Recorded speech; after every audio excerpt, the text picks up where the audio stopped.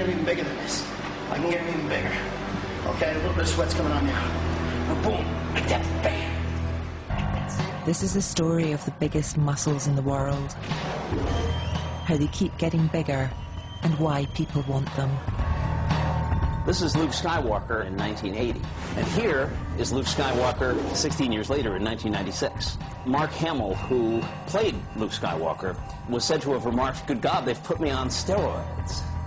People say it isn't addictive. It absolutely is absolutely addictive. There's something more satisfying than being the best, and if that means taking lots of steroids, lots of tablets, to me it's worth it. We all do it, but you've got to go through the back door. Dude, I trained 23 years natural without taking steroids. But when you take steroids, it makes your body more of a machine. You're bigger, you're faster, you're stronger. It's also about what happens when things go wrong. Look, it's really fucking gross. It just sinks in like a balloon filled with water.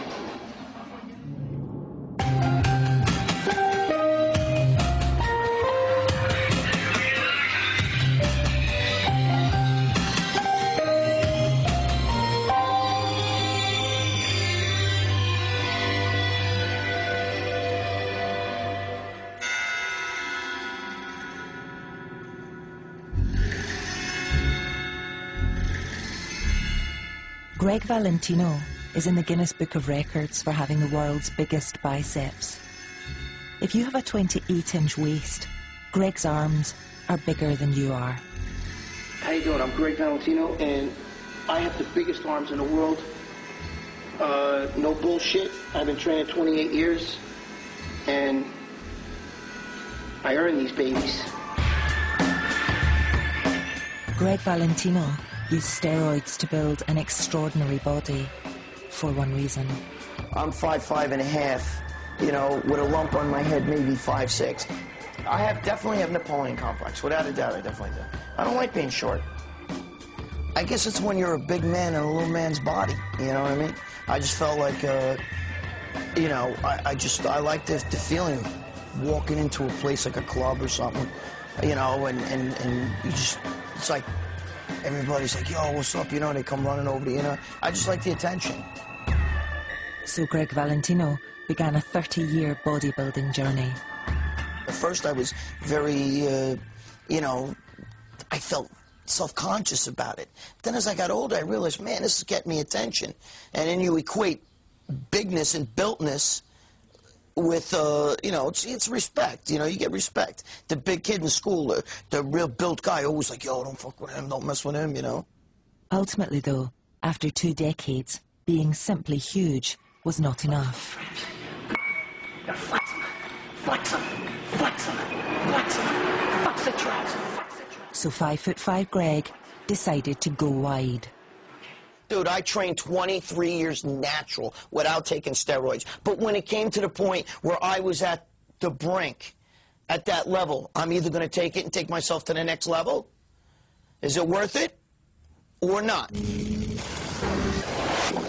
The small man thing took over. I mean, I just felt like I have to get bigger. I have to, and that drive brought me to, you know, just do whatever it took. And in that case, I had to make a decision one day. And that's when I decided I'm going to juice my mind out. Gregg Valentino believes that in modern competition, there's only one way to come first.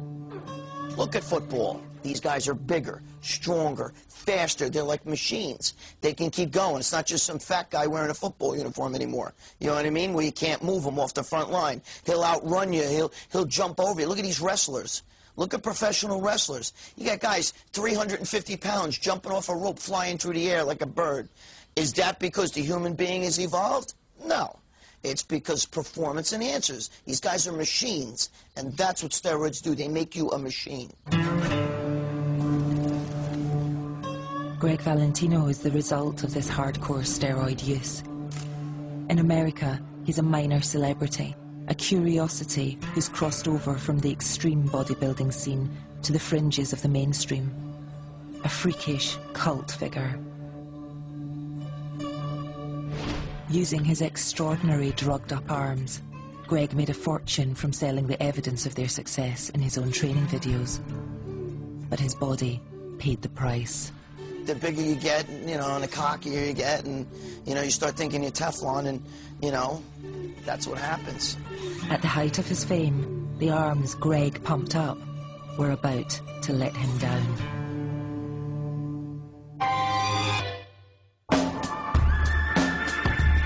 There's the most muscular.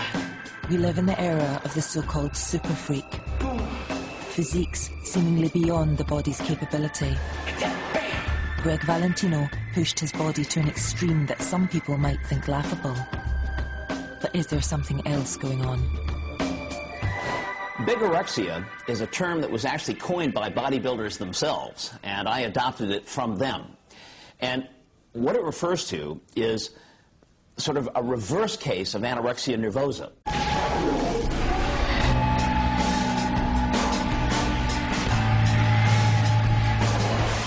Dr. Harrison Pope is the world's leading authority on male body image issues. His 2 decades of research have produced startling new revelations. I believe, and we have written about this in our scientific papers, that bigorexia, or what we call technically muscle dysmorphia, is a sort of obsessive-compulsive disorder. It seems to me that this phenomenon of bigorexia is particularly prevalent in guys who get into competitive bodybuilding and use anabolic steroids. These are guys who will be very large and muscular, but who look at themselves in the mirror and still think that they look too small or too wimpy.